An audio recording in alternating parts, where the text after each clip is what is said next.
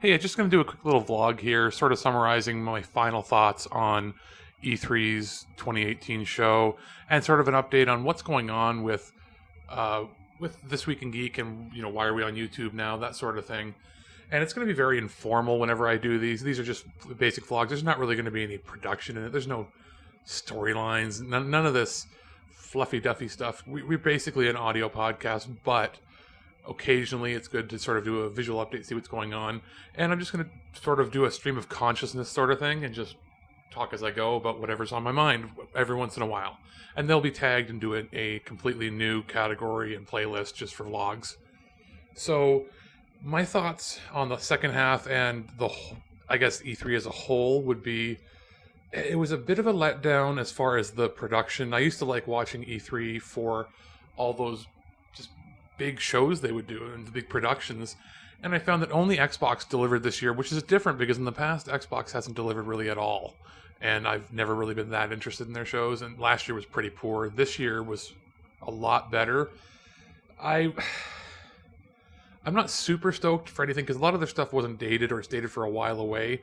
So like, I'm happy for the Master Chief getting a new game with another Halo. I don't know if it's a real Halo game, like a numbered title, or if it's going to be online or something. But whatever. Moving forward, Ubisoft. I missed the first little bit of the show. I was out at a doctor's appointment, and when I finally got back, I missed the beginning. I missed the big Beyond Good and Evil, but that didn't really show anything. It was just a visual, yes, it's a marvel, to behold, but it's not any gameplay yet. We're talking a few years away at least on that thing. And I was not really enthused by some of the other stuff. Just Dance, I don't care. Now, The Division 2, I think, is something that we're probably going to play in TWIG, at least. We've got to figure out with the rest of the crew what system to get it for. If there's crossplay, Mr. Christopher would probably play it on PC. And that means that it's probably going to have servers that connect with the Xbox, at least. And I've got an Xbox, and Birdman has an Xbox, and I believe Lee has one as well. So we're all sort of probably going to go on that route. I played the first one fairly extensively with coworkers a few years ago, and that's actually the reason I bought an Xbox, was to play with people at work, and I had a lot of fun with it. So I think this looks like it's going to be a pretty good thing to collaborate on, and we could probably have fans play and everything too. We could organize something. It all depends on how into it we can all get. I know I'll play at least the main mission. Now, do I keep the game past beating the main story? I don't know. It's all going to depend on how everybody else plays and if we all end up playing together a lot. As far as anything else they were showing, there wasn't any South Park. There wasn't anything that blew me away. I can't think of anything off the top of my head now. So from them, I'm not really interested in Assassin's Creed. I'm most interested in The Division 2 and in Starlink. And I'm going to pre-order that and get the Switch version so I can get the Star Fox content, obviously. So moving from there, the PC show was just... Ugh. I can't quite understand what goes on with that host. He looks like he's drunk and high all at the same time. And sure, he looks like he's having fun, but it was boring for the most part. There was a Cthulhu game that looked interesting, and Sega showed off some ports of their recent games that were on consoles onto PC, and they look pretty good. But I had to tap out. In the last half hour, I just went, nope, fuck it, I'm gone. And I just left, and I told Dodd and the others, you guys have to follow it because I'm not going to watch this anymore. I'm not the big PC gamer anyway. Square Enix was just like, why were you even here? You showed off a game, or you showed off every game that you showed off pretty much was ones we already saw, or a couple titles that had no gameplay that were a couple years away. No Final Fantasy VII. Nothing from the World Ends With You, which is weird because there was footage of that coming out. I think Nintendo had it in part of their montage of things coming out, and it's coming out for sure this year, and there was nothing there. They had nothing in their showcase for it. So what was the point of that? And what it showed me is, with nobody there from the company actually talking or presenting it, it shows that there's something going on. There's financial problems, obviously, in that company, and problems with their projects if they're not showing them off. Yes, they want you to focus on the games that are coming out currently, but you've got Octopath, you've got Tomb Raider, which is probably going to sell quite well. Just Cause looked pretty cool. I might actually get into that. I've never played them before, but it looked really neat. And you've got Kingdom Hearts, which is coming out in the new year. So you've really only got a couple titles coming out, maybe 3 titles for that large of a company in over the next 6 to 7 months.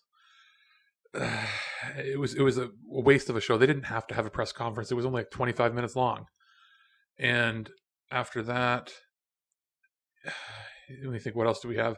A couple of the small ones that I found were pretty funny. Tiny Build put on a pretty good little mini conference that was just basically a music video making fun of all of the big companies jumping on the bandwagon of battle royale games and loot boxes and all that crap. I really recommend you check it out. I'll probably put a link in the notes here in the content. In the video description here, so you can check it out because it was pretty good. And I want to get one of those hats. Their orange hats look awesome. The next one that was there was a small show for Devolver Digital, which is always great. And Devolver seems to have a continuity going between each and every single year, which looks great. I'm more interested in their actual presentation videos than their actual games themselves for the most part.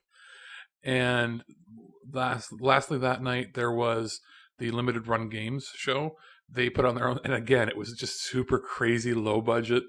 And it was funny. Oh, I guess there was Sony. Sony only showed off like 4 big games, and they didn't really announce much of anything else. And I was sorely disappointed in the quality of the show. The mics kept cutting out. You could hear stagehands and stage directors giving directions on their mics. Their mics were hot, and you could hear that on walkie-talkie, but you couldn't hear the actual mics. It was completely messed up and so stupid. But yet, Limited Run Games, their show worked fine. Their mics, it may have sounded like crap, but their mics worked. So they got one up on Sony. And they're putting out a lot of cool Switch titles and physically. And it looks like they're starting to do more pre-orders where you're not going to sell out. They're just going to keep taking pre-orders till they cut off a date and they go, we're going to produce this many. That is a lot better of a method than letting scalpers get 10 times the price of their games because they only limited themselves to 1,500 or 3,000 copies or something. And then Nintendo on Monday showed off a few new titles that I was interested in. I want Mario Party. I'm probably going to get Smash. I was never a big Smash player since like the N64 days, but I do think it'll be a cool thing to play with all my friends.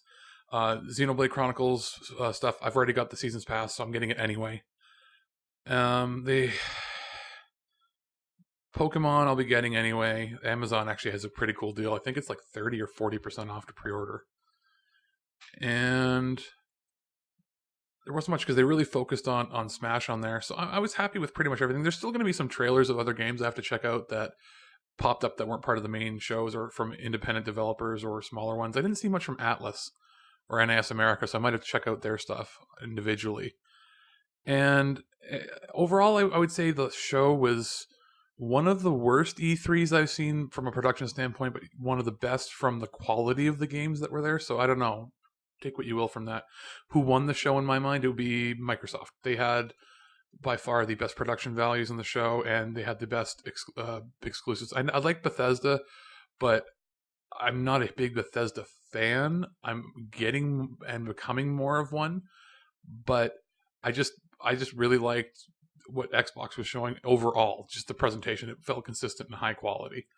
Now, as far as what's going on with YouTube here, the reason we created a YouTube channel is it's something we should have probably done a while ago. It's just another avenue for people to listen to the stuff, our content. You can go and play a playlist in the background, just have it running. So we're just going to have the podcast for the most part with a static image. We're probably going to change that, have some artwork on there and show who was in the episodes. But right now, I'm just uploading things as they come, and it'll evolve as we go. It's just a very laid-back approach, but it's another way to listen to Twig and all of our shows.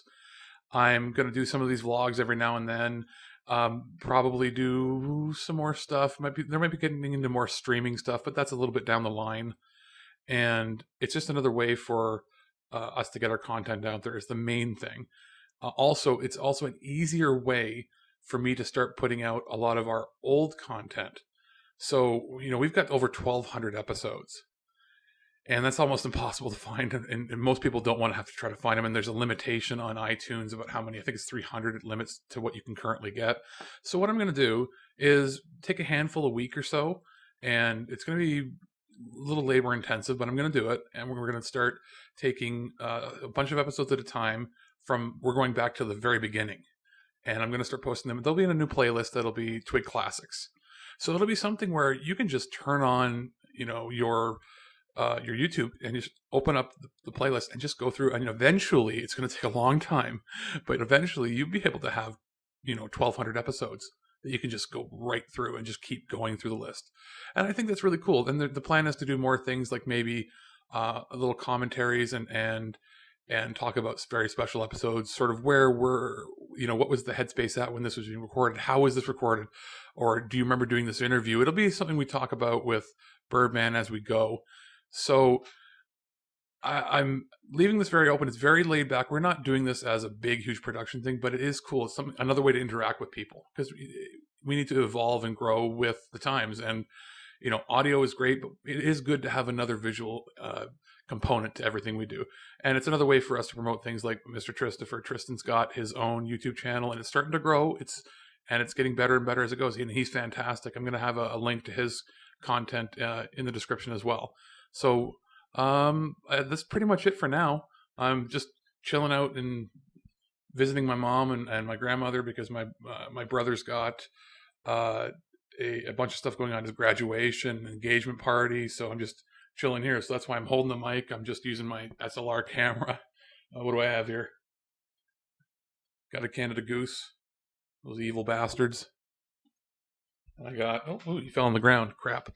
And I got my giant mug full of ice water. And yeah, I'm going to be just editing and doing stuff tonight until I pass out. So that's pretty much it.